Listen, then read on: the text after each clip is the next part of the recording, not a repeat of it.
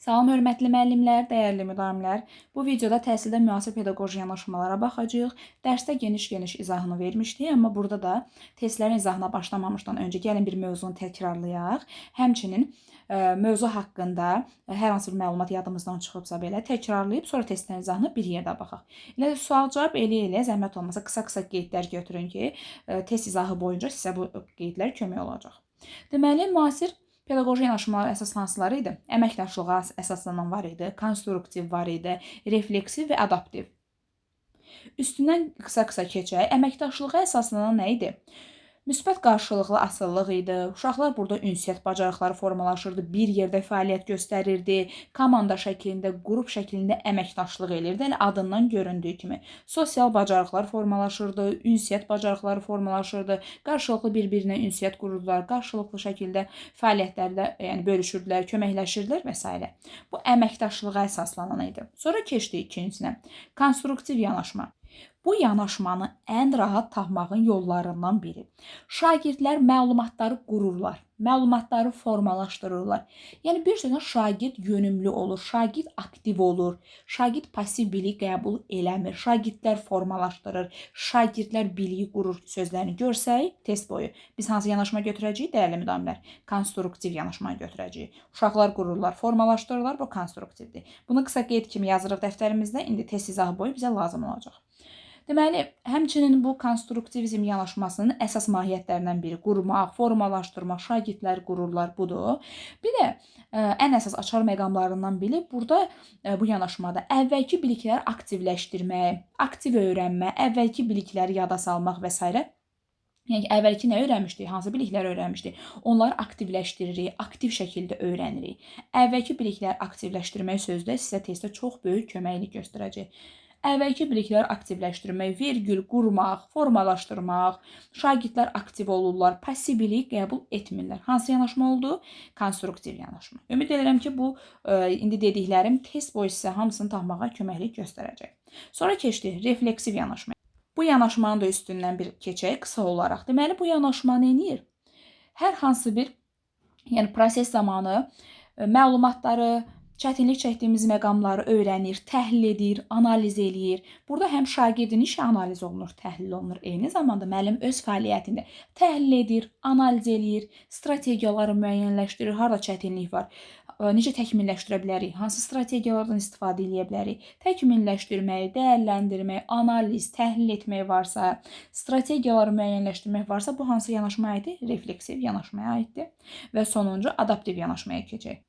Adaptiv yanaşmanı ən rahat tapmağın yollarından birini deyirəm, dəyərli müdavimlər. Şagirdlərin fərdi xüsusiyyətləri sözünü görsəz, şagirdlərin ehtiyacları, şagirdlərin hal-hazırki səviyyəsi necədir? Onlara uyğun olaraq prosesi tənzimləmək deməkdir. Ehtiyaclarını, onların maraqlarını, öyrənmə sürətlərini, yəni fərdiləşmə, fərdi ehtiyaclarını, fərdi öyrənmə səviyyələrini, onların maraqlarını nəzərə alan, çevik tənzimləyən bir prosesdir. Bu da oldu adaptiv yanaşma. Yəni bu yanaşmalarla bağlı bütün açar məqamları vurğuladıq. İndi gəlin bir yerdə dəyərli müdavimlər variantları tapmağa keçək. Oxuyaq birinci sualdan. Mən xüsusiyyətləri oxuyacağım, siz tapacaqsınız ki, hansı xüsusiyyət hansı yanaşmaya aiddir. Başlayırıq birinci sualdan. Ümid edirəm ki, qeyd götürdünüz artıq. Müəllim şagirdlərin öyrənmə prosesində aktiv rol almasına şərait yaradır. Bu dəqiqə bunu qeyd elədik. Görüm yadınızda qaldı, yoxsa qalmadı. Aktiv rol oynayır şagirdlər. Onlar əvvəlki bilikləri, dedik ki, əvvəlki bilik sözdə sizə kömək olacaq. Anlayışları qurmaq, formalaşdırmaq, əvvəlki bilikləri yeni anlayışlarla əlaqə qurmasına şərait yaratmaq. Şagird aktiv olurdu, bilikləri özləri qururdu. Harda? Bəli, dəyərli müdavimlər, konstruktiv yanaşmaya aiddir. Birə götürəcəyik A-nı. B-yə baxırıq, dərs zamanı yaranan problemlər müəllim tərəfindən öz pedaqoji fəaliyyətlərini təkmilləşdirmək üçün imkan kimi qiymətləndirilir. Təkmilləşdirmək, dəyərləndirmək harda dedik? Burada həm müəllim öz işini dəyərləndirir, həmçinin şagirdlər özlərini refleksiya edirlər. Şagirdlər öz işlərinə də baxa bilirlər. Bu refleksiv yanaşmaya aiddir. 2-yə götürəcəyik B-ni. C-yə baxırıq. Şagirdlərin verdiyi suallar və irəli sürdüyü fərziyyələr dərsin keçişinə təsir edir. Müəllim isə bu prosesi istiqamətləndirir. Müəllim şagirdlərə yol göstərir, istiqamətləndirir. Şagirdlər Özləri axtarırlar, özləri formalaşdırırlar. Müəllim sadəcə bu fəaliyyətə yol göstərir, istiqamət verir. Yəni fasilitatorluq edir. Bunu da hara götürəcəyik? Konstruktiv yanaşmaya götürəcəyik. D variantına baxaq. Müəllim dərsdən sonra öz fəaliyyətini təhlil edir. Güclü, zəif tərəfləri müəyyənləşdirir. Növbəti dərs üçün dəyişiklikləri planlaşdırır, təkmilləşdirir, təhlil eləyir, analiz eləyir. Bunu harda qeyd elədik? Bayaq sual-cavab əsasında. Bəli, bunda analiz, təhlil ediriksə, bu da refleksiv yanaşmaya aiddir. Deməli, A ilə C 1-ə aiddir, B ilə D refleksiv yanaşmaya aiddir. Düzgün cavabımız oldu A variantı. Keçirik ikinci suala. Müəllim dərsi elə təşkil edir ki, şagirdlərin bilik səviyyəsi, öyrənmə sürəti, ehtiyacları nəzərə alınsın. Baxın, deyəlim müdavim bayaq dedik, öyrənmə sürəti, şagirdlərin ehtiyacları nəzərə alınsın. Təlim prosesi bu fərqlərə uyğun şəkildə tənzimlənsin. Yəni ki, adaptiv yanaşmada nə demişdik bayaq? Onların öyrənmə sürəti, ehtiyacları, fərdi sürətləri, ehtiyacları, maraqları nəzərə alınsın. Eyni mövzunu fərqli mənbələrdən istifadə edərək təqdim etmək, nailiyyəti aşağı olan uşaqlara yönləndirici suallar verir, nailiyyəti yüksək olan uşaqlar üçün tədqiqat xarakterli bir tapşırıqlar verir və s. Yəni hər cürə uşaqlara, fərqli olan uşaqlara öyrənməni təmin edir deməkdir. Deməli, sualın şərtində hansı yanaşmadan söhbət gedir? Ehtiyacları, öyrənmə sürətləri dediyi üçün bəli deyəlim. Bu adaptiv yanaşmadır. Adaptiv yanaşmadır. Deyir, hansı daha uyğun gəlir? Düşün variantlardan adaptiv yanaşmanı axtarmalı. Gəlin bir yerdə axtaraq. Müəllim dərs zamanı şagirdlərin ehtiyac və bacarıq səviyyəsini izləyir. Hələ ki, düz gəlir. İzləyir. Bu müşahidələrə əsaslanaraq izah üsullarını, tapşırıqlarının həcmini, çətinlik dərəcəsini fərqli şəkildə, bəli, axı biz dedik ehtiyacları, onların maraqları fərqli şəkildə tənzimlənməlidir. Bu doğrudur. Elə adaptiv yanaşmaya aid olan fikir budur. Yəni digər fikirlərdə baxaq görə hansı yanaşmalara aiddir? Müəllim dərsin əvvəlində problemli vəziyyəti yaradır. Şagirdlərin fikirlərini dinləyir, əsas anlayışlarını kəşf yolu ilə formalaşdırmasına şərait yaradır. Şagirdlər özləri kəşf edir, özləri formalaşdırır. Bu hansına aiddir? Formalaşdırırlar, qururlar. Bayaq birinci sualda qeyd eləmişdik. Bəli, konstruktiv yanaşmaya aiddir. 2 aiddir konstruktiv yanaşma, daha doğrusu B variantı. C variantına baxaq. Müəllim dərsdən sonra öz fəaliyyətini təhlil edir, çətinliklərin səbəblərini müəyyənləşdirir, növbəti dərs üçün strategiyasını yenidən planlaşdırır, təkmilləşmək, strategiya müəyyənləşdirmək, analiz etmək, təhlil etmək harda oldu? Bəli, bu refleksiv yanaşmaya aiddir. Daha sonra D variantına baxaq görək, D hara aiddir. Müəllim şagirdlərin ortaq məqsədləri ətrafında birləşdirir. Qarşılıqlı müzakirə, fikir mübadiləsi, birgə qərar vermə, məsuliyyətin bölüşdürülməsi, bir yerdə ortaq qərara gəlmək bu hansına aid idi? Bəli, bu əməkdaşlığa əsaslanana aid idi. Əməkdaşlıq yanaşmasına aid idi. Y variantına baxaq görək, bu hara aiddir? Müəllim dərsin sonunda əldə olan nəticələri qiymətləndirərək tədris prosesinin ümumi effektivliyini müəyyənləşdirir, ümumi effektivliyinə baxır, nəticələri təhlil edir, yəni refleksiya aparır. Ona görə bütün variantlara çıxdıq, düzgün cavabımız oldu A variantı. Baxırıq üçüncü suala. Əslində hər yanaşmanın xüsusiyyətləri haqqında məlumatımız olanda çox rahat şəkildə tapa bilirik. Hansı fikir yanlışdır? Gəlin variantlara baxaq. Adaptiv təlim tətbiq edildikdə şagirdlərin fərdi çətinlikləri əsasən aradan qalxır və bu səbəbdən müəllimin fasilitatoru və fərdi dəstək göstərən rolu ikinci plana keçir. Cümləyə əvvəl düz gəldi, axır səhv gəldi. Yəni fasilitator müəllim ikinci plana keçir. Bəs biz elə bu dərsi keçəndə, bu dərsdə demişdik ki, müəllim fasilitator rolu oynamalıdır, müşahidə eləməlidir, anında müdaxilə eləməlidir və s. Bu deyir ki, müəllimin rolu ikinci plandadır. Ümumiyyətlə, fasilitator rolunu ikinci plana atan fikirlər yanlış fikirlərdir. Bu səhvdir. Bizə də yanlışı soruşurdu, elə A variantını götürəcəyik. Yanlışı soruşduqları üçün yanlışdır. A variantı da düzgün cavabımız A'dır. Yəni digər variantlarda baxaq. Şagird yönümlü yanaşma, şagirdlərin maraqlarını, ehtiyaclarını nəzərə alır, təlim prosesində fəal iştirakını, öyrənmənin daxili motivasiyasını gücləndirir. Bu ilə müasir pedaqoji yanaşmalara uyğundur. Bu doğrudur. Yəni, A-nın yanlış olduğunu bilsə, avtomatik digərlərini də təhlil edə bilərik. Refleksiv öyrənmədir. Şagirdlərin öz öyrənmə prosesini təhlil etməyə, analiz etməyə yönəlir. Bu doğrudur. Əməkdaşlığa əsaslanan təlim müdür şagirdlərin fərqli fikirlərini müqayisə etməyə, yəni qrupda düşünməsi fərqli olan uşaqlar var. Bunlar fərqli fikirləri müqayisə edirlər, qəbul edirlər, tənqidi düşünmə bacarıqlarını inkişaf eləyir, sosial bacarıqlar, əməkdaşlıq və s. hamısı inkişaf eləyir. Bu da doğrudur. Müasir pedaqoji yanaşmalar müəllimin rolunu əsasən bilik mənbəyindən çox deyil, öyrənmə prosesini planlaşdıran, istiqamətləndirən fasilitator kimi təqdim edir. Müasir pedaqoji təlimdə bu belədir. Bu da doğrudur. Deməli, yanlış fikrimiz A variantı oldu. Baxırıq 4-cü suala. Müəllim dərsi elə təşkil edir ki, şagirdlər yeni mövzunu hazır məlumat kimi qəbul etməsin. Əvvəlki biliklərini fəal şəkildə tətbiq edərək anlayışları özü formalaşdırsın. İndi dəyərli müəllimlər, mən demirəm, sizdən soruşam. Əvvəlki biliklərini fəal şəkildə əlaqələndirmək, məlumatları özləri formalaşdırsın, özləri qursun. Bu hansı yanaşma idi? Hansı idi? Bəli, bu konstruktiv yanaşmaya aiddir. Formalaşdırsınlar, özləri qursunlar, əvvəlki biliklərini aktivləşdirmək. Bunlar hamısı konstruktiv yanaşmaya aid olan fikirlərdir. İndi deyir ki, verilənlərdən hansı müəllim yanaşmasının müsbət nəticəsi sayılmaz? Sayılmazdır, müsbət olmasındır. Yəni variantlara baxaq. Şagirdlər əvvəlki bilikləri yeni vəziyyətlərdə tətbiq etməklə anlayışlar arasında əlaqə qurmaq, formalaşdırmaq desə bu düzdür. Bizə müsbət olmayan lazım. Bu müsbətdir. Bunu çıxdıq. Şagirdlər əvvəlki biliklərə əsaslanaraq anlayışlar özləri formalaşdırırlar deyir. Bu da doğrudur. Konstruktiv yanaşmaya aid olan fikirlərdir. Şagirdlər bilikləri hazır formada almadıqları üçün öyrənmə prosesi uzanır və dərsin məqsədinə çatmaq üçün əlavə vaxt tələb olunur. Yəni, C variantının mənası odur ki, şagirdlər hazır şəkildə məlumatı almır, özləri öyrənir. Ona görə də proses uzanır. Bu da əlavə vaxt tələb edir. Yəni, C variantı deyir ki, gərək onlara hazır məlumatı təqdim eləyəydiniz də. Niyə? Uşaqla gəlib özləri axtarırlar ki, bu da əlavə vaxtın tələb olunmasına şərait yaradır. Gərək hazır məlumatı təqdim eləyəriz. Təbii ki, səhvdir.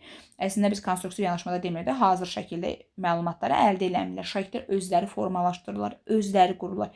Yəni, C variantı deyir ki, bu yaxşı bir şey deyil. Proses uzanır, bu da əlavə vaxt tələb eləyir. Deməli, C variantı yanlışdır. Digər variantlara baxaq. Şagirdlər öyrənmə prosesində fəal, aktiv iştirak eləyirdilərmi konstruktiv yanaşmasında? Bəli, eləyirlər. Etdikləri üçün anlayışların mənimsənilməsi daha davamlı. Anlayışlar mənimsəyirlər, özləri formalaşdırırlar, özləri qururlar. Bu da doğrudur. Şagirdlər öz nəticələrini formalaşdıqları üçün onlarda öyrənmə qarşılıqlı, daha doğrusu öyrənməyə qarşı daxili motivasiya və məsuliyyət hissini artıra bilər. Bu da qəşəng fikirdir. Yəni, özləri formalaşdırırlar, özləri qururlar. Bu da onların motivasiyasını, məsuliyyətini artıra bilərdir. Bu da çox müsbət fikirdir. Deməli, yanlış fikrimiz oldu. C variantı. Baxırıq 5-ci suala. Deyir, dərsdən sonra müəllim dərsin gedişini təhlil edir.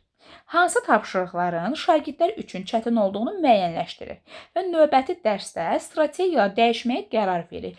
Bir növ vəziyyəti təhlil edir, analiz edir, strategiyalarda dəyişiklik edir, planında dəyişiklik edir. Bu hansı yanaşmadaydı dəyərli müəllimlərimiz? Bəli, bu refleksiv yanaşmaya aiddir. Deyir ki, verilənlərdən hansı müəllimin yanaşması ilə uyğunluq təşkil edir? Deməli, biz variantlarda nə axtarmalıyıq dəyərli müəllimlərimiz? Biz variantlardan refleksiv yanaşmaya aid olan fikir axtarmalıyıq. Gəlin bir yerdə axtaraq. Müəllim dərs zamanı şagirdlərin mövzunu qavrama sürətində fərqlər olduğunu müəyyənləşdirir. Öyrənmə sürəti, öyrənmə ehtiyacları, daha sonra maraqları nəzərə alan hansı yanaşma idi? Bəli, bu adaptiv yanaşmaya aiddir. Deməli, A variantı adaptivdir. Bizə adaptiv lazımdır? Yox, bizə refleksiv lazımdır. A-na çıxdıq. Müəllim dərsin gedişini təhlil edərək şagirdlərin yaşadığı çətinlikləri müəyyənləşdirir. Bu nəticəyə əsaslanaraq növbəti dərs üçün strategiya müəyyənləşdirmək, dərsin gedişini təhlil etmək hansı yanaşmada demişdik dəyərli müəllimlər? Hansındaydı bu? Bəli, bu refleksiv yanaşmaya aiddir. Doğru cavabımız B variantıdır. Gəlin digər variantlara da baxaq. C-də nə yazılıb? Müəllim dərsin əvvəlində açıq sual verir. Şagirdlərin fikirlərini və fərziyyələrini dinləyir. Onların mövzunun əsas anlayışlarını öz mülahizələri ilə müəyyənləşdirməyə imkan verir. Şagirdlər öz mülahizələri ilə müəyyənləşdirirlər, özləri tapırlar, özləri qururlar. Bu konstruktiv yanaşmaya aiddir. D-yə baxaq görək, D hansı yanaşmadır? Müəllim dərs zamanı şagirdləri kiçik qruplara bölür, ortaq tapşırıqların üzərində çalışırlar, qrup üzvləri fikir mübadiləsi aparırlar, birgə çalışırlar. Bu hansı yanaşma idi? Bəli, bu əməkdaşlığa əsaslanan yanaşmadır. Y variantına baxaq. Müəllim yeni mövzuya başlamazdan əvvəl şagirdlərin mövcud anlayışların üzə çıxarır, suallar vasitəsilə onların özlərinin nəticəyə gəlməsinə şərait yaradır. Özləri nəticəyə gəlirlər, özləri qururlar. Bu konstruktiv yanaşmaya aiddir. Deməli, doğru cavabımız B idi. Sadəcə digər variantlarda təhlil elədik ki, əgər hansı variantın hansı yanaşmaya aid olduğunu bilmiriksə, bu test izahı vasitəsilə daha ətraflı şəkildə öyrənmiş olacağıq. Deməli, baxırıq 6-cı suala. Müəllim dərs zamanı şagirdləri qruplara ayırır. Hər qrupa birgə həll tələb edən tapşırıqlar verir.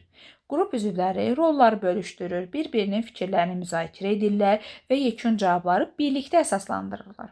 Müəllim müzakirəyə müdaxilə etmir, yalnız əməkdaşlığı və qarşılıqlı ünsiyyəti təşviq edən suallar verir.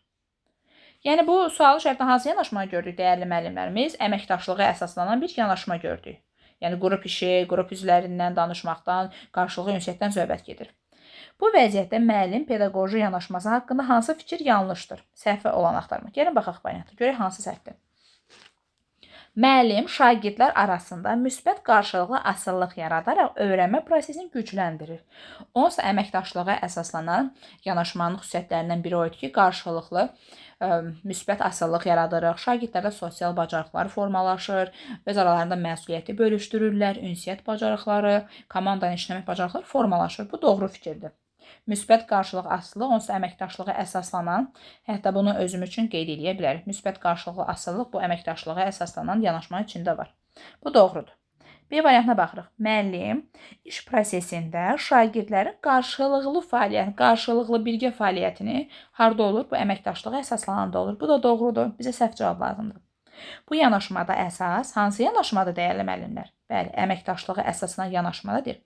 Əsas məqsəd qrup üzvlərinin rolları dəqiq yerinə yetirməsidir və tapşırığın məzmunundan daha çox prosesi özü ön planda tutulur. Yəni ki, baxın, dəyərli müəllim deyir ki, məzmun ikinci plandadır, yəni nəticə önəmli deyildir. Əsas proses önəmlidir, fəaliyyət önəmlidir. Sizcə nəticə önəmlidir, yoxsa fəaliyyət önəmlidir?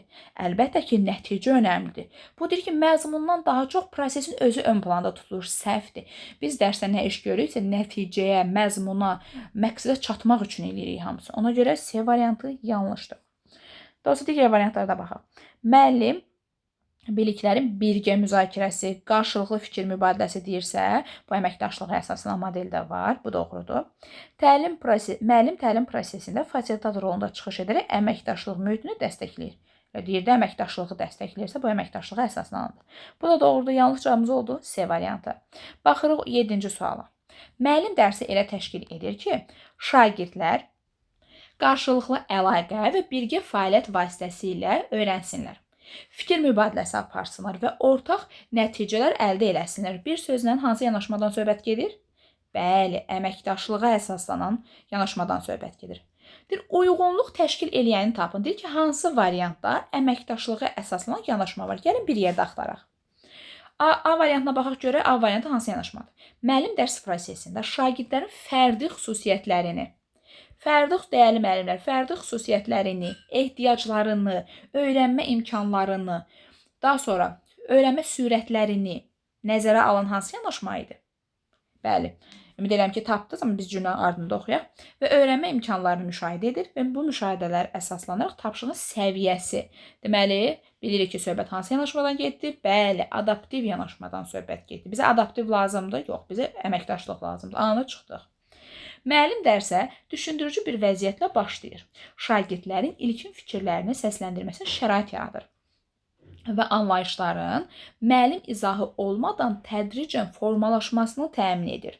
Yəni, şagirdlər yavaş-yavaş özləri formalaşdırırlar, özləri qurmağa çalışırlar. Bu da konstruktiv yanaşmaya aiddir. Bunu da çıxdıq. Müəllim dərs bitdikdən sonra təlim prosesini qiymətləndirir, üzə çıxan çətinliklərin səbəblərini araşdırır və növbəti dərs üçün yanaşmaları yenidən qurur. Bir sözlə, müəllim təkmilləşdirir, təhlil edir, qiymətləndirir, analiz edir öz işini. Hansı yanaşmadaydı, dəyərli müəllimlər? Bəli, bu refleksiv yanaşmaya aid idi. Bunu da çıxdıq. Müəllim şagirdlərə eyni tapşırıq çərçivəsində fərqli məsuliyyətlər verir. Onların qarşılıqlı müzakirə apararaq işi birlikdə planlaşdırmasına və ümumi qərara gəlməsinə, ümumi qərarı bir yerdə işləmək, ortaq məqsədlər üçün çalışmaq, bu hansı yanaşmadaydı? Bu əməkdaşlığa əsaslanaydı. Bizdən də elə əməkdaşlıq soruşurdular, o da D variantına aiddir. Y variantına da baxaq görək hansı yanaşmadır. Müəllim dərsin sonunda əldə olunan nəticələri ümumi şəkildə təhlil edir, dərsin səmərəliliyini, səviyyəsini müəyyənləşdirir, təhlil edir, analiz edir, planda dəyişiklik eləyir, strategiyaları müəyyənləşdirir. Bu da refleksiv yanaşmaya aiddir. Ona görə bunda çıxdıq. Düzgün cavabımız oldu D variantı. Baxırıq 8-ci suala. Müəllimin yanlışa yol verdiyi situasiyanı tapın. Deməli, səhv olan bir fikir axtarmalıdır. Gəlin baxaq variantlara. A variantına görə nə səhvdir? Müəllim şagirdləri qruplara bölür və tapşırıqların məqsədini izah edir.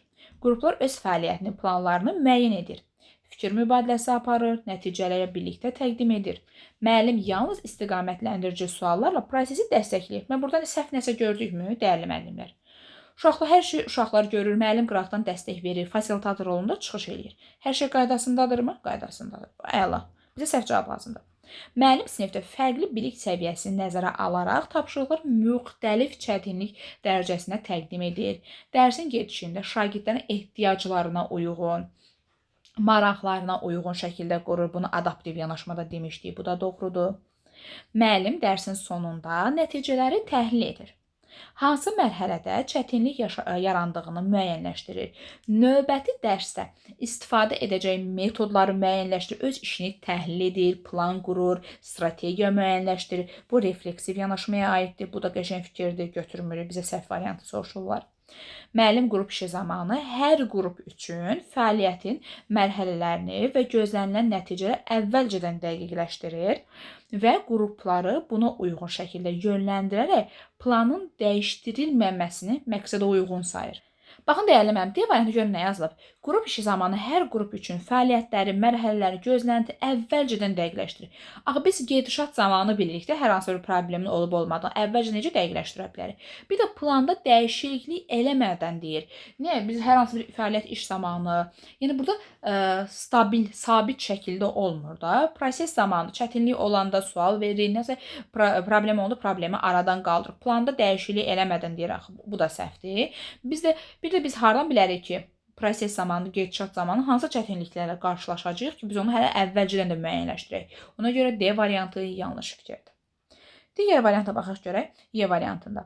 Müəllim mövzunu şagirdlərin əvvəlki biliklərinə əsaslanaraq suallar vasitəsilə açır, onların cavablarını müzakirə edir və izahını bu cavablar üzərində qurur. Burada da hər şey qaydasındadır. Yəni istiqamət vermək, yol göstərmək, fasilitatorluq edirəm. Deməli, yanlış cavabımız oldu D variantı. Baxırıq 9-cu suala. Müəllim dərsin əvvəlində şagirdlərə belə bir sual ünvanlayır.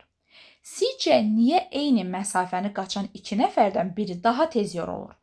Şagirdlər şəxsi təcrübələrinə əsaslanaraq müxtəlif cavablar irəli sürür. Müəllim daha sonra şagirdləri qruplara bölür və hər qrupa fərqli fiziki fəaliyyət növlərini müqayisə etmələrini tapşırır. Deməli, uşaqları qrupa bölürəm, uşaqları müqayisə edirlər. Dərsin sonunda şagirdlər yeni öyrəndiyi anlayışları və dərs zamanı onları düşündürən məqamları qısa şəkildə yazılı formada ifadə edirlər. Verilmiş situasiya ilə bağlı hansı fikir yanlışdır? Deməli, dərsin əvvəlində ilə başlamışıq. Maraqlı bir sualla başladıq ki, sizcə niyə eyni məsafəni qaçan 2 nəfərdən biri daha tez yorulur?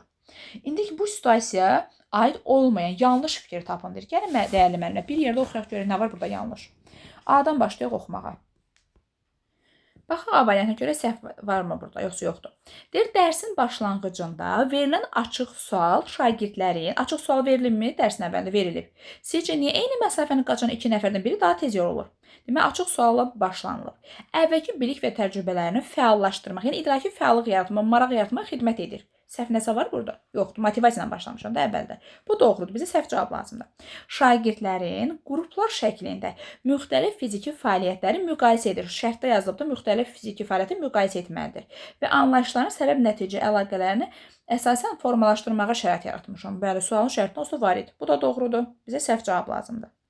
Fərqli cavabların səsləndirilməsi şagirdlərin mövzuya müxtəlif baxış bucaqlarından yanaşmasına və tənqidi düşünmələrinə imkan verir. Bəli, fərqli fikirlər səsləndirir, öz fikirlərini ortaya qoyurlar, öz mövqeyini ortaya qoyurlar. Burada hər şey qaydasındadır. Bizə səhv cavab lazımdır. Dərsin sonunda yazılı refleksiya mərhələsi, yazılı şəkildə bəli, baxın, dərsin sonundadır. Şagirdlər düşündürən məqamlarla bağlı qısa yazılı formada təqdimat etməlidirlər. Öyrəndiklərini ümumiləşdirməsi və düşünmə prosesini dərk etməsinə köməklik göstərir. Bu da doğrudur. Yəni sonda nə öyrəndik, nə əldə elədik, bir növ refleksiya edirik. Bunu yazılı şəkildə qeyd edirik. Bu da doğrudur. Dərsdə əsas anlayış artıq qruplar tərəfindən araşdırıldığı üçün müəllimin dərsin sonunda anlayışı yenidən əlaqələndirilməsi və ümumiləşdirilməsinə ehtiyac qalmır. Müəllimin rolu ümumiyyətlə burada yoxdur deyir də Y variantı. Ehtiyac yoxdur müəllimin ümumiləşdirilməsinə. Müəllim fasilitator kimi ikinci plana qoyulub da, yəni Y variantı. Ona görə bu yanlışdır. Bayaqki sualda da var idi, buna oxşar sual. Ona görə bu variant yanlışdır. Düzgün cavabımız oldu Y variantı. Davam edirik 10-cu sualla. Aşağıdakı situasiyalardan hansı müasir pedaqoji yanaşmaya uyğun deyil? Deməli, bayaqdan danışdıqlarımızı inkar edən bir variant axtarmalıyıq. Müəllim dərsdə problemli vəziyyət yaradır. Şagirdləri ehtimallar irəli sürməyə təşviq edir. Yönləndirici suallarla onların müstəqil nəticə çıxarmasına şərait yaradır. Görürsünüz, nə gözəldir. Şagirdlər müstəqil şəkildə nəticə çıxarmalıdır, müstəqil şəkildə anlayışları qurmalıdır. Mən də yol göstərəm, fasilitatorluq eləyirəm. Bir növ konstruktiv yanaşmasına uyğundur. Bu müsbətdir, bu doğrudur. B variantına baxırıq. Müəllim dərs prosesində şagirdlərin fərdi bacarıqlarını nəzərə alaraq tapşırıqlar müxtəlif səviyyələrdə, onların səviyyələrinə uyğun, öyrənmə ehtiyaclarına uyğun, öyrənmə sürətlərinə uyğun. Bu da adaptiv yanaşmaya aiddir. Bu, məsələn, konstruktiv yanaşma idi. Bu, adaptiv yanaşmaya aiddir. Hansı bəndin hansı yanaşmaya aid olduğunu deyirəm ki, bu yanaşmaları daha gözəl şəkildə öyrənək. Bu da doğrudur. Müəllim əməkdaşlığa əsaslanan fəaliyyətlər təşkil edir, komanda şəklində, qarşılıqlı ünsiyyət, birgə qərar vermə. Bu hansı yanaşmadır? Adından göründüyü kimi əməkdaşlığa əsaslanan aiddir. Bunu da çıxırıq, bu da doğrudur, yəni. Daha sonra D variantına baxırıq. Müəllim dərsin əsas hissəsini izah edir. Şagirdlərdən isə verilən məlumatları diqqətlə tətbiq etmələri tapşırılır. Burada bir növ dərsin əsas hissəsi izah olunur. Şagirdlər isə məlumatlar diqqətlə tətbiq edir. Bir növ bütün işi, hazır məlumatları müəllim təqdim edir. Şagirdlər burada passiv mövqedir. Acı biz konstruktiv yanaşması nə deyirdik? Müəllim şagirdlərə istiqamət verir, şagirdlər özləri formalaşdırırlar, özləri qururlar, şagird aktiv olur, amma D variantında aktiv deyə bir şey görmədik. Ona görə D variantı yanlışdır. Y variantına baxaq görək nə var. Müəllim yeni mövzunu şagirdlərin əvvəlki biliklərlə əlaqələndirir. Onları səbəb-nəticə əlaqəni araşdırmağa yönəldən suallar təqdim edir, yönləndirirəm, istiqamət verir. Burada hər şey qaydasındadır. Yanlış cavabımız oldu D variantı. Baxırıq 11-ə. 11-də yazılıb, uyğunluğu tapın, həmişə olduğu kimi. Doğrudan doğru, səhvdən səhv axtaracağıq. Gəlin bir yerdə oxuyaq. Deyir, şagirdlərin sualları, fərziyyələri və müzakirələri dərsin gedişinə təsir edir və bu, öyrənmənin daha dərin və davamlı olmasına şərait yaradır. Yəni, sual-cavab, fərziyyələr, müzakirə uşaqların öyrənməsini təmin edir. Burada səhv nəsə yoxdur axı. Bəli, hər şey qaydasındadır, çox qəşəng də fikirdir. Biri götürürəm, biri düzdür. Adaptiv yanaşmada, indi görək dəyərli müəllim, mən bunu oxuyuram, siz tapın ki, düzdür yoxsa səhvdir. Adaptiv yanaşmada tədris tapşırıqları, təqdimat üsulları, istifadə olunan resurslardır. Şagirdin mövcud inkişafını, öyrənmə səviyyəsinə uyğun tənzimlənir ki, bu da təlim prosesinin daha əlçatan olmasına şərait yaradır. O hansı yanaşma idi? Deyirdik ki, şagirdlərin öyrənmə səviyyəsi, fərdi ehtiyacları, öyrənmə sürətləri nəzərə alınır. Hansı yanaşma idi? Adaptiv yanaşmadır. Baxın, dəyərli müdavimlər. Öyrənmə səviyyəsi, fərdi ehtiyacları nəzərə alınır. Bu doğrudur. İkini də götürürsünüz. Deməli, burada bütün fikirlər doğruymuş. Yəni, digərlərini də oxuyaq. Şagird refleksiya vasitəsilə öyrənmə prosesindəki uğur və çətinliklərin səbəblərini dərk edir, gələcək fəaliyyətini daha məqsədyönlü şəkildə planlaşdırır, işini təhlil edir, öz strategiyasını müəyyənləşdirir. Bu da doğrudur, refleksiv yanaşmaya aiddir. Müəllim dərs prosesində və dərsdən sonraki mərhələlərdə tətbiq etdiyi təlim strategiyalarını təhlil. Həmçinin demişdik ki, refleksiv yanaşma müəllim özü öz işini təhlil edir, inkişaf etdirməli olan tərəfləri müəyyənləşdirir, analiz edir. Bu da doğrudur. Deməli, bütün variantlar doğru olduğu üçün cavabı götürəcəyik A variantı. 12-yə baxırıq.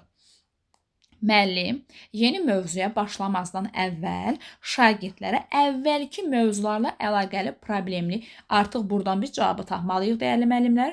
Əvvəlki mövzularla əlaqə qurmağı əlaqələr qurmağı təmin edir.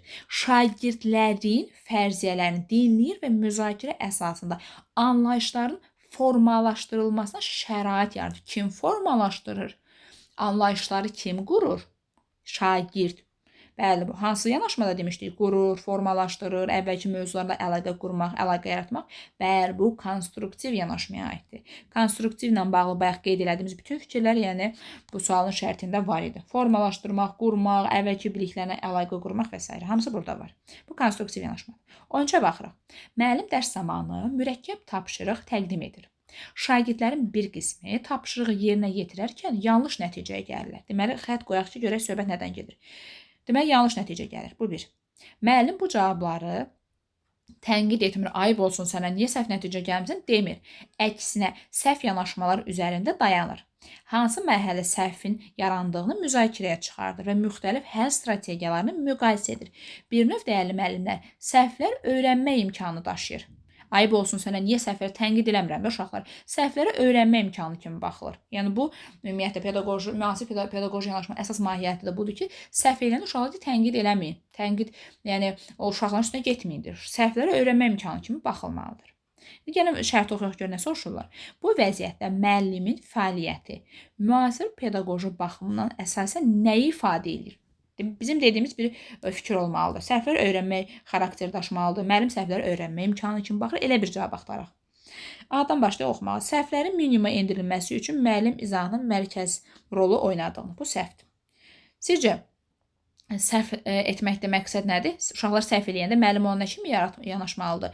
Öyrənmə imkanı kimi yanaşmalıdır. Ana çıxdıq. Səhvlərin şagirdlərin idraki prosesini aktivləşdirən öyrənmə vasitəsi kimi dəyərləndirmək. Yəni uşaqların beyni aktivləşir, öyrənmə vasitəsi kimi biz ondan istifadə edirik səhvlərdən. Çox qəşəng fikirdir, bu elə doğrudur.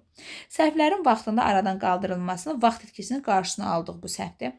Səhvlərin yalnız yekun nəticə təsir edən amil kimi qiymətləndirmə, səhv eləyəndə ancaq yekuna təsir göstərir deyir. Bu da səhvdir. Səhvlərin yaranmaması üçün təlim prosesinin riskinin azaldılmasının vacibliyi. Yəni elə eləyin ki, səhv olmasın da deyir. Əslində səhv olmalıdır ki, səhvlərdən biz öyrənmə imkanı kimi istifadə edək. Ona görə yanlışdır. Əgər proses gedirsə, biz nəsə öyrənirik, orada səhv eləmə ehtimalımız onsuz da var. Daha sonra baxırıq 14-cü suala. Müəllim yoxlama işi nəticələrini təhlil etdikdən sonra müəyyən edir ki, sinifin bir hissəsi mövzunun əsas anlayışlarını, deməli, bir hissəsi əsas anlayışları, digər hissəsi isə yalnız mexaniki qaydaları mənimsəməyib, daha doğrusu mənimsəyib. Növbəti dərsdə müəllim eyni mövzunu fərqli yanaşmalarla yenidən qurur. Sualın şərtinə baxaq gör nə soruşurlar. Bu vəziyyətdə müəllimin pedaqoji yanaşması ilə bağlı hansı fikri yanlışdır? Bir növ müəllim həm öz işini refleksiya edir və eyni zamanda da növbəti dərsdə də eyni mövzunu fərqli yanaşmalarla yenidən qurur.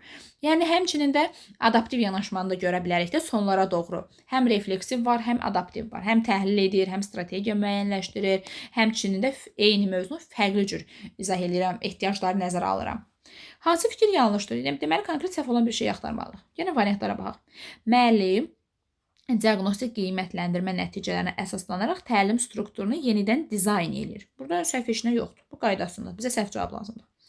Müəllim eyni məzmunu fərqli idrak səviyyələrinə uyğun təqdim etməklə anlayışda olan boşluqları aradan qaldırır, təhlil edir, problemi aradan qaldırır. Təhlil edirəm onsuz da, refleksiv yanaşmadır. Bu da doğrudur. Müəllim şagirdlərin öyrənmə fərqlərini nəzərə alırmı? Bəli. Çünki sualın şərtinə baxın, dəyərli müəllim. Eyni mövzunu fərqli yanaşmalarla, yəni adaptiv yanaşmanı da nəzərə alıram deyir burada C variantında. Həsiyənin sonunda onsuz da özləri yazıblar da adaptiv yanaşma nəzərə alınır deyir. Bəli, bu doğrudur. D variantına baxırıq. Müəllim mövzunu yenidən tədrisini yalnız mexaniki biliklərə malik şagirdlər üçün məqsədə uyğun hesab edir. Sualın şərtinə yazılmayıb, baxı, yalnız mexaniki qaydaları mənimsəyən uşaqlar üçün yazmayıb. Eyni zamanda əsas anlayışları, eyni zamanda mexaniki qaydalardan söhbət gedir. Yalnız mexaniki biliklərə malik şagirdlər üçün məqsədə uyğun hesab olunur. Yəni tədrisi bir qrup uşağın üzərinə qurmaq o da düzgün deyil axı. Ona görə yanlış fikir hələ ki budur. Yəni Y variantını oxuyaq, sonra daha dəqiq deyək. Müəllim izah, müzakirə və tətbiqləri birləşdirərək şagirdlərin səthi bilikdən dərin anlayışa keçidini dəstəkləyir. Yəni səthi şəkildə öyrənməsini təmin eləmir, daha dərin keçidi təmin edir. Burada hər şey qaydasında. Deməli səhv olan cavab nə idi? D variantı yalnız mexaniki biliklərə malik şagirdlər üçün məqsədə uyğun hesab edir, o səhvdir. Çünki demişdik ki, tədrisi bir qrup uşaq üzərində qurmaq düzgün deyil. Bu da D variantındadır. 15-ə baxırıq. Adaptiv yanaşmada istifadə olunmaması hansı nəticə gətirib çıxarda bilər? Əgər siz Variantı baxmağa ehtiyac yoxdur. Gəl sualın şərtini birinci başa düşək. Adaptiv yanaşmada niyə istifadə eləyirdi? Şagirdlərin, necə deyim, müxtəlifliyini nəzərə alırdıq. Şagirdlərin çətinlik səviyyəsini, onların ehtiyaclarını nəzərə alırdıq ki, şagirdlər nəticəyə çatsınlar. Nailiyyəti aşağı olan uşaqlar var, zəif qavraması olan uşaqlar var və yəni hər bir uşağı biz nəzərə almalıyıq. Nəzərə almadan dərs keçsək deyir. Nə ilə nəticələnər sizcə? Yəni bir növ uşaqların ehtiyaclarını, onların səviyyələrini nəzərə almamış olacaqsınız da. Yəni belə bir şey axtarmalısınız. Nə ilə yəni deyim nəticələnə bilər. İndi gəlin belə bir variant axtaraq. Şagirdlərin öyrənmə ehtiyacları, elə ki düz gəlir. Öyrənmə ehtiyacları arasında mövcud fərqlər dərsin gedişində tədricən arxa planda qala bilər. Bəli, uşaqlara biz demişdik axı, fərdi ehtiyacları, onların səviyyələrini nəzərə almaq lazımdır.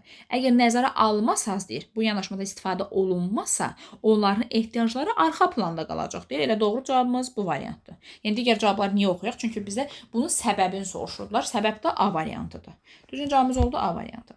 Məsələn, B variantında yazıb ki, əməkdaşlıq, fikir mübadiləsi imkanı genişlənə bilər. Əgər bu adaptiv yanaşma istifadə olunmayıbsa, bu nətər müsbət cavab axtarım ki, mən burada. Ona görə bunları çıxırıq.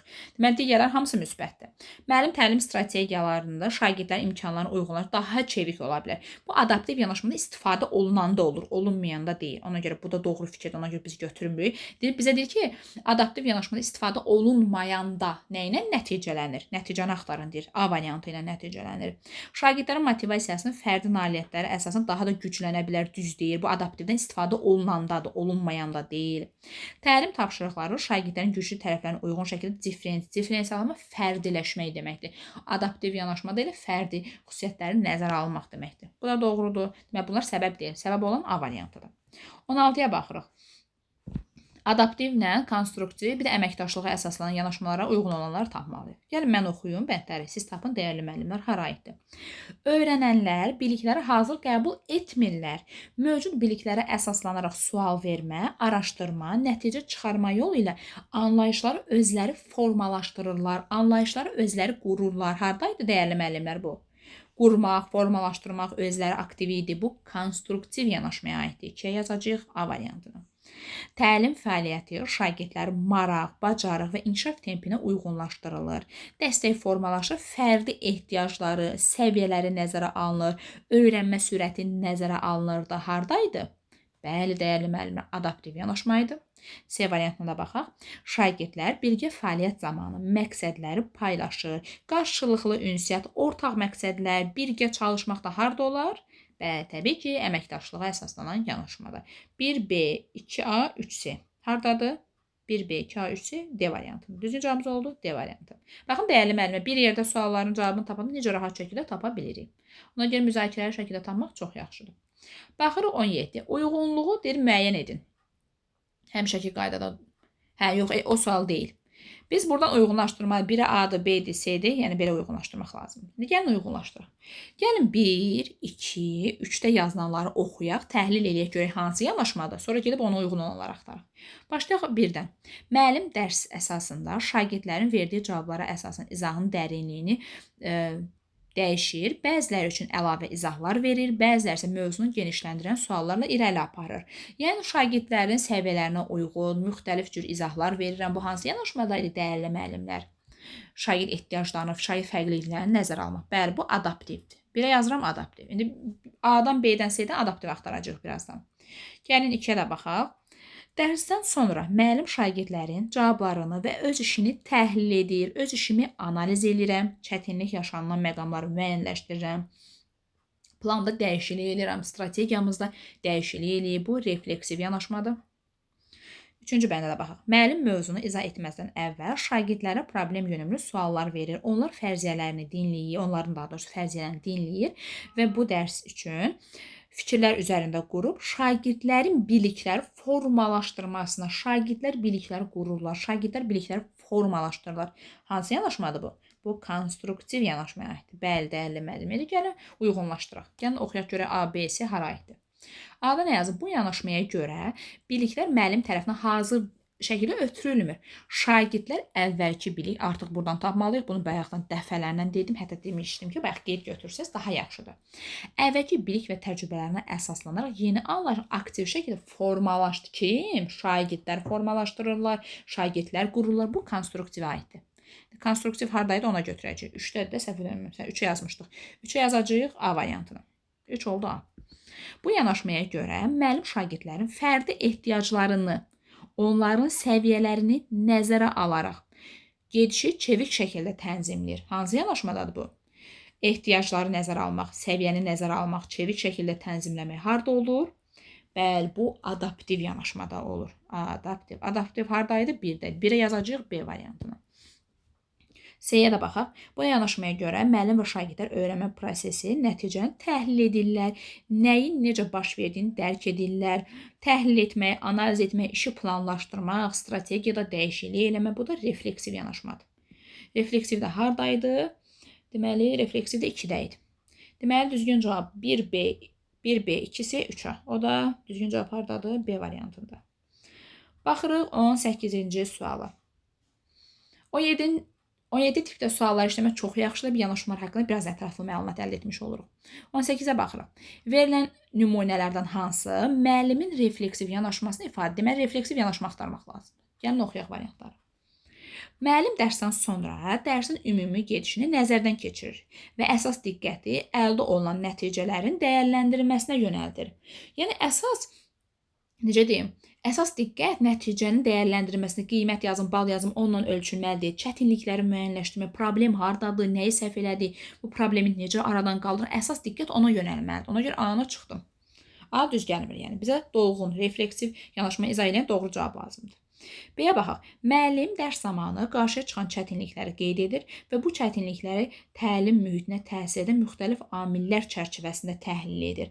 Burada deyə bilərsiniz ki, mən bayaqdan bəs demirdi, çətinlikləri təhlil etmək refleksiv yanaşmaya aiddir. Amma sadəcə burada müəllim daha çox ön plandadır və müəllimin fəaliyyəti ilə bu B variantı məhdudlaşır. Yəni tam doğru cavaba oxşamır da burada. Ona görə bunu hələ ki saxlayırıq. Gəlin digər variantlara da baxaq. Yəni bu tam doğru cavab deyil refleksiv yanaşmaya. Bizə refleksiv yanaşmanın bir növ tərifi lazımdır. B tam tərifi deyil. Ona görə çıxırıq. Çünki burada hər şeyi müəllim özü eləyir. Müəllim müəyyənləşdirir hər şeyi. Çünki refleksiv yanaşmada axı şagird özü öz işini təhlil eləyirdi.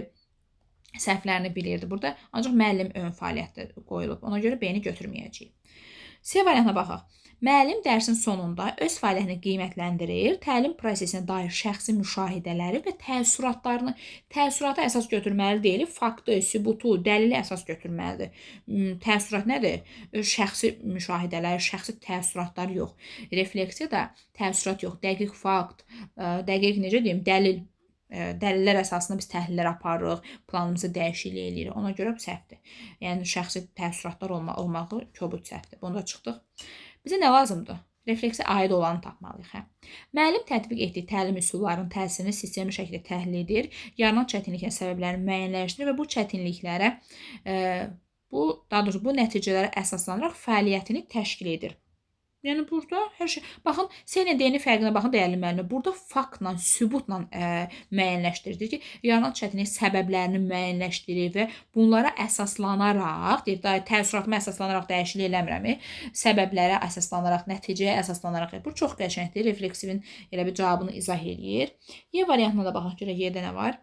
Müəllim dərs zamanı müşahidə etdiyi çətinlikləri şagirdlərin motivasiya və hazırlıq səviyyəsi ilə əlaqələndirir. Yəni uşaqlar nəsə çətinlik çəkirsə, deməli bu uşaqların motivasiyası azdır deyib, yəni onunla əlaqələndirmək, bu da doğru deyil. Ona görə Y variantında çıxırıq. Həm də ki, burada deyir ki, mövcud strategiyanı dəstəkləyən və tədbirlərlə gücləndirən məqsəd bir növ strategiyada dəyişiklik eləmirik bu Y variantında. Amma strateji düşünmə daxil deyirdik biz, təhlil edirik, nəticələri əsasən, sübutlara əsasən biz strategiyamızı, planımızı dəyişiklik eləyirik. Yəni bu nəyisə bilmiriksə, bu bizim motivasiyamız azdır deyib, ondan əlaqələndirib, strategiyamızı dəyişiklik etmək elə bir şey yoxdur. Ona görə yeni də çıxırıq. Yəni B variantı, ümumiyyətlə bu tipdə suallarda dəyərli müəllim bütün variantları oxumaq daha məqsədə uyğundur. Məsələn, B-ni gördüm, B variantı düzdür deyib götürmək lazım deyil. Bütün variantları oxumalıyıq və ən dolğun cavabı tapmalıyıq. Ən dolğun cavab da D variantında olduğuna görə. Ona görə D-ni götürsək daha yaxşıdır. Baxırıq 19-cu suala. 19-da yazılıb uyğunsuzluğu tapın. Uyğunsuz doğrudan səhvi, səhvdən düzü axtaracağıq. Müəllim dərs zamanı və dərsdən sonrakı mərhələlərdə refleksiv təhlil aparması şagirdlərin öyrənmə prosesini daha effektiv təşkilinə şərait yaradır. Uşaqlar daha effektiv şəkildə öyrənir. Həm dərs zamanı, həm də dərsdən sonra təhlillər aparmalısınız. Bu hər şey qaydasındadır, doğrudur, amma götürmürsünüz. Bir nə başlayan variantları ürək rahatlığına çıxara bilərsiniz imtahanda da. 2-yə baxırıq. Adaptiv yanaşmanın həyata keçirilməsi üçün müəllim tədris ilinin əvvəlində şagirdlərin səviyyəsini müəyyənləşdirən diaqnostik qiymətləndirmə aparıb il boyu təlim fəaliyyəti bu məlumatlara uyğun şəkildə planlar. Bu doğru deyil axı. Mən ilin əvvəlində bir dənə diaqnostik keçirmişəm. Baxın, diaqnostik keçirdib.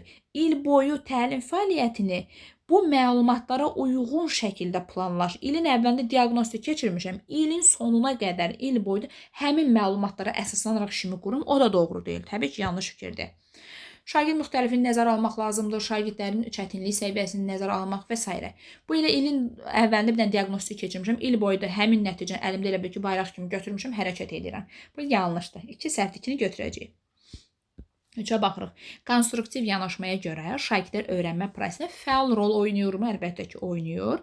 Müəllimin istiqamətləndirici dəstəyi ilə bilikləri özləri kim formalaşdırır bilikləri? Şagirdlər özləri formalaşdırır. Bu hansı yanaşmadır? Bu konstruktiv yanaşmaya aiddir. Bu doğrudur. Doğrudursa, götürəcəyik. Uyğunsuzluq oldu. 2 ilə 3-ü götürəcəyik.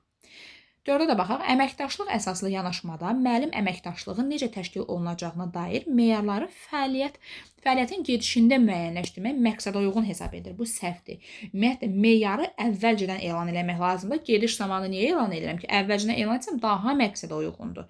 Ona görə 4-cü fikir yanlışdır. Bu uyğunluq sayılır. Ona görə götürməyəcəksiniz. 2 ilə 3. Baxırıq 20-ci suala. Dərs zamanı müəllim şagirdləri kiçik qruplara bölüb tapşırıqlar təqdim edir. Qrup üzvləri tapşırıqları müzakirə edir və yekun cavablar üzərində razılaşırlar. Müəllim qruplarda müzakirəni istiqamətləndirir. Bu vəziyyətdə müəllimin pedaqoji yanaşması haqqında hansı fikri yanlışdır? Bir növ bu yanaşmada nədən söhbət gedir? Hansı yanaşmaya oxşatdıq? Qruplar şəklində birgə fəaliyyət göstərir. Bu əməkdaşlığa əsaslanan yanaşmadır. Hansı fikir səhvdir? Səhv axtarmalıyıq. Müəllim şagirdlər arasında müsbət qarşılıqlı əlaqə yaradır. Bunu bayaq qeyd eləmişdik ki, müsbət qarşılıqlı əlaqə bu əməkdaşlığa əsaslanan yanaşma içində var. Bu doğrudur. Götürmürük yəni. Müəllim qrup işi vasitəsilə şagirdlərin sosial bacarığı, kommunikasiya, ünsiyyət bacarıqlarını formalaşdırır. Formalaşırmı sizcə? Əlbəttə ki, əməkdaşlıqda bunların hamısı formalaşır. Daha sonra C variantına baxırıq. Deyir, müəllimin rolu əsasən müşahidəçi mövqeyi ilə məhdudlaşır. Yəni, qrup işində müəllim əsasən müşahidəçi rolu olur, onunla da məhdudlaşır. Niyə? Müəllim müşahidəçi rolu var, məqamında müdaxilə etmək rolu var, planlaşdırmaq, daha sonra şagirdləri dinləmək kimi, yəni bir çox fasilitasiya bacarıqları var da, müşahidə ilə məhdudlaşmıraq, ona görə bu variant yanlışdır. Daha sonra digər variantlarda baxaq. Müəllim şagirdlərin biliklərini müzakirə və fikir mübadiləsi yolu birgə formalaşma şərait yaradır. Birgə bir yerdə işləyirlərsə, bu əməkdaşlığa əsaslanandır, doğrudur. Müəllim təlim prosesində fasilitator rolunda çıxış edərək əməkdaşın müdürünü dəstəkləyir. Hər şey qaydasındadır. Səhv olan cavab oldu C variantı. 21-ə baxırıq. Dərs zamanı müəllim şagirdlərə problemli situasiya təqdim edir və onlardan həlli müxtəlif yollarla əsaslandırmağı tələb edir. Deməli, onlardan həlli müxtəlif yollarla əsaslandırmağı tələb edir. Şagirdlərin cavabları fərqli olur. Bəzilər düzgün nəticə gəlsə də, yanaşmalar bir-birindən əhəmiyyətli dərəcədə fərqlənir. Müəllim şagirdlərin izahlarını müqayisə edir. Arqumentləri müzakirəyə çıxardır və mövzunu əvvəlki biliklərlə əlaqələndirir. Uzun sözün qısası, hansı yanaşmadan söhbət getdi? Özləri müəyyənləşdirir, əvvəlki biliklərlə əlaqə yaradır, özləri formalaşdırır. Bu konstruktiv yanaşmaya aiddir. İndi yanlış fikir tapındır. Konstruktiv yanaşmaya aid olmayan fikir axtarmaq lazımdır. Gəlin variantlara baxaq. A variantına nə yazıb? Müəllim şagirdlərin biliklərini aktiv şəkildə qurmasına, şagirdlər qururlar, şagirdlər formalaşdırırlar. Bu konstruktivə aiddir. Ona görə götürmürük. Bizə aid olmayan lazımdır.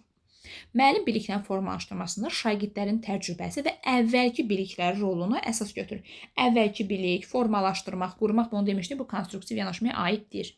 Götürmürük, bizə səhv cavab lazımdır. Müəllim effektiv nəticəni təmin etmək üçün yanlış ola biləcək anlayışların qarşısını əvvəlcədən almağa çalışır. Müəllim hardan biləcək ki, əvvəlcədən hansı yanlış ola bilər, şagird nəyi səhv eləyə bilər, hardan bilə bilərik ki, əvvəlcədən onun qarşısında alaq. Ona görə səhvdir. Bu proses zamanı görə bilərik də, əvvəlcə necə tapa bilərəm çətinlikləri. Ona görə C variantı yanlışdır.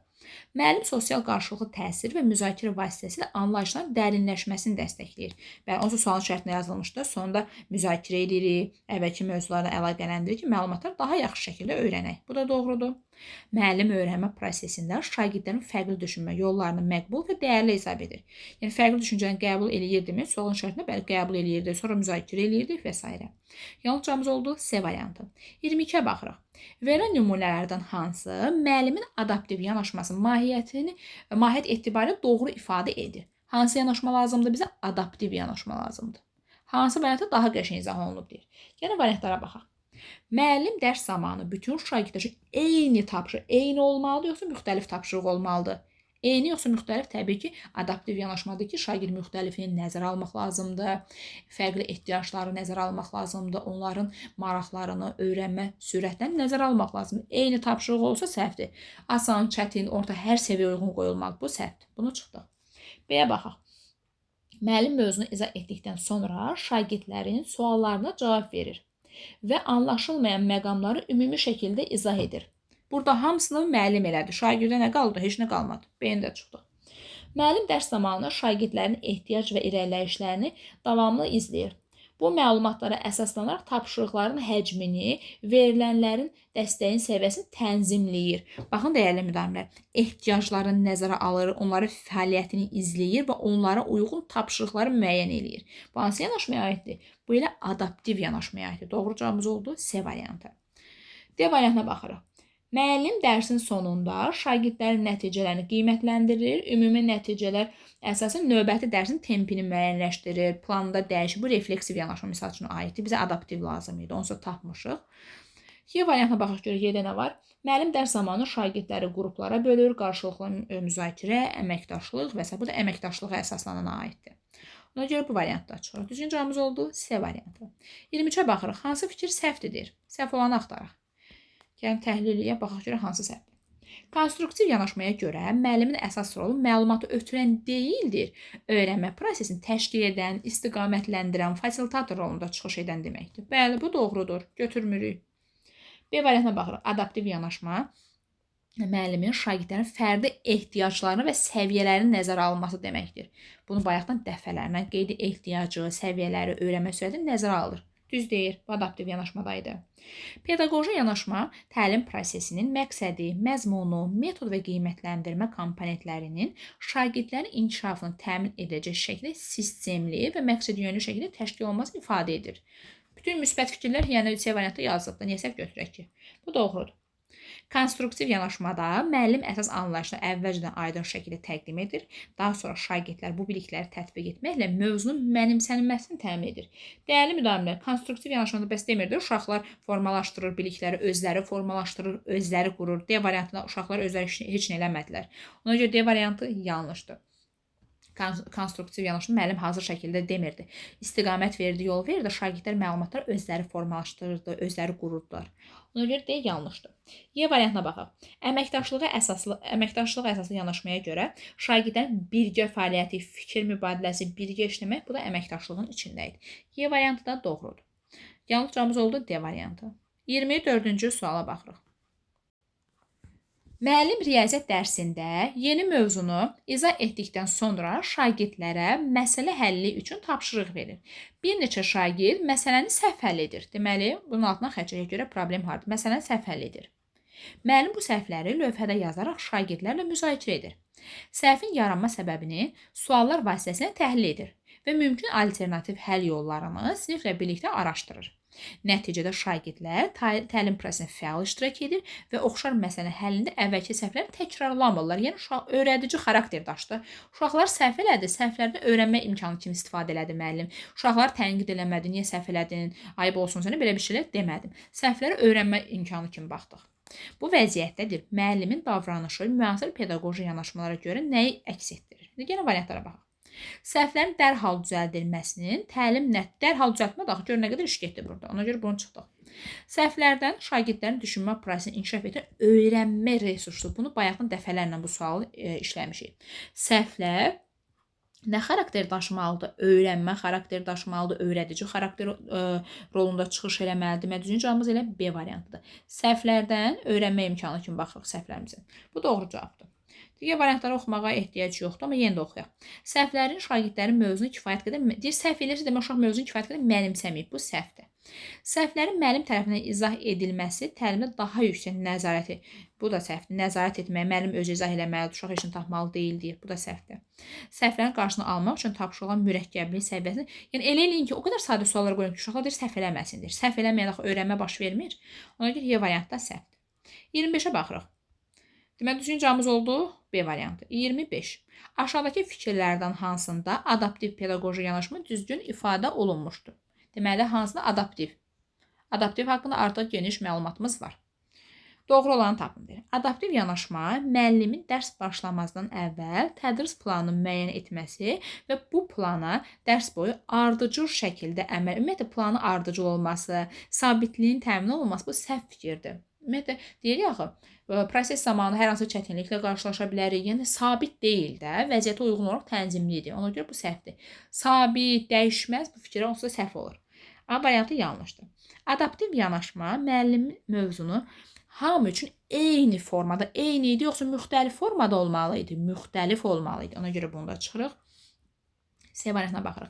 Adaptiv yanaşma müəllimin şagirdlərin fərdi bilik səviyyəsini, onların öyrənmə, bunu bayaqdan dəfələrlə dedik, onların bilik səviyyəsi, öyrənmə sürəti və ehtiyaclarını nəzərə almaqla çevik şəkildə tənzimləyən bir prosesdir.